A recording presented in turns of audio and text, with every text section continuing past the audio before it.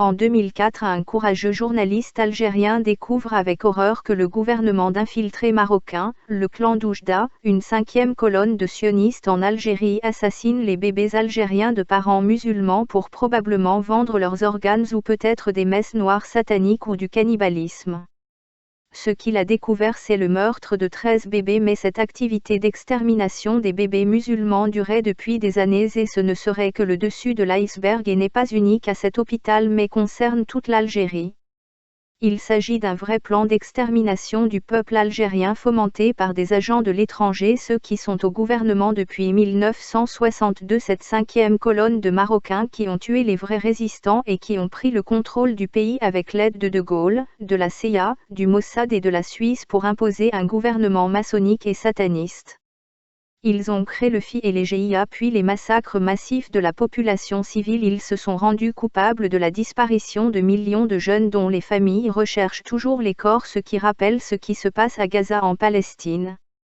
Israël étant une colonie suisse. Après la révélation de l'affaire du décès suspect de 13 bébés dans un hôpital de la ville de Djelfa qui avait valu, on s'en souvient, 8 mois de prison à Goul Afnaoui, correspondant de presse dans cette ville, à l'origine de cette information, le même sujet s'invite de nouveau dans l'actualité. Le gouvernement d'occupation veut faire un exemple pour terroriser les autres journalistes. En effet, le bureau de la Ligue algérienne de défense des droits de l'homme, LAD, de Djelfa, dénonce dans un communiqué publié plusieurs cas suspects de disparitions et de morts de nourrissons au cours des 9 derniers mois en citant des sources proches des services pédiatriques de l'hôpital.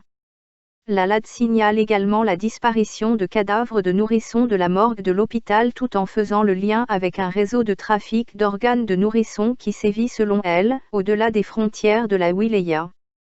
Les organes seraient revendus au Maroc. La direction de la santé de la wilaya de Djelfa et celle de l'action sociale se renvoient la balle dans cette affaire, croit utile de préciser la LAD. Ce scénario rappelle celui de Sinistre Mémoire qui s'est déroulé en mai et juin 2004. Cette année-là, le tribunal de Djelfa s'était autosaisi de cette affaire qui deviendra un procès en diffamation fait aux représentants de la LAD. La collecte de fausses plaintes pour diffamation auprès des notables de la ville aurait-elle déjà commencé comme en 2004 ?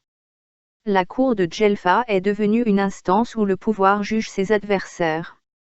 Après la nouvelle condamnation à 3 mois d'emprisonnement dont a écopé le militant des droits de l'homme et journaliste Afnaoui Ben Amer Goul, la Ligue algérienne pour la défense des droits de l'homme, de Maître Ali Yahya Abedenour, a lancé un appel à l'Observatoire international pour la protection des défenseurs des droits de l'homme et aux ONG internationales.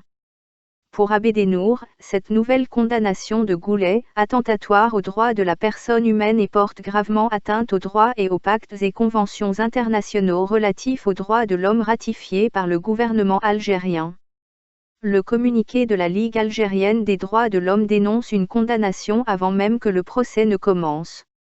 Une enquête mensongère des autorités devait conclure que la mort des bébés serait due à une septicémie due au manque d'hygiène ambiant et le directeur de l'hôpital avait été relevé de ses fonctions. En fait, l'incarcération de Goul avait annoncé le début d'une nouvelle politique médiatique des autorités vis-à-vis de la presse, notamment en matière de diffamation. Banchikou et Benaoum, respectivement patrons du Matin et du journal Eraï, ont eux aussi été écroués, toujours pour des raisons qui, apparemment, sans relation avec leurs écrits. Les plus hautes autorités de cet État couvrent des assassinats de bébés et des trafics d'organes, ce qui prouve leur implication. La presse privée est ciblée, traînée dans la boue afin de la discréditer. Ce gouvernement abject de terroristes et d'agents sionistes infiltrés après avoir volé le gaz et le pétrole du peuple algérien, il n'hésite pas à tuer des bébés pour vendre leurs organes et condamner à la prison ceux qui dénoncent ces crimes abominables. Ce n'est pas un cas isolé, il y a beaucoup de scandales médicaux, des personnes meurent pour de simples appendicites et des enfants subissent des ablations de certains organes sans justificatif clair, ainsi des enfants subissent des ablations d'un œil ou d'un rein. Les erreurs médicales sont la première cause de mortalité en Algérie, surtout en chirurgie et pédiatrie, beaucoup d'enfants prématurés sont privés de couveuses. Les erreurs médicales en Algérie font plus de 200 000 morts chaque année, la majorité pour de simples appendicites, alors qu'en France ce type de mort est de 1 pour 3 000 ans. En Algérie cela serait plus autour de 50% de mortalité. L'État interdit toute statistique ou recensement de ces erreurs médicales et se targue d'avoir un taux de mortalité équivalent à celui d'un pays développé, ce qui est pur mensonge, car sinon comment expliquer que les potentats du régime se fassent tous soigner en France, leur employeur, ou parfois en Suisse, leur trésorier?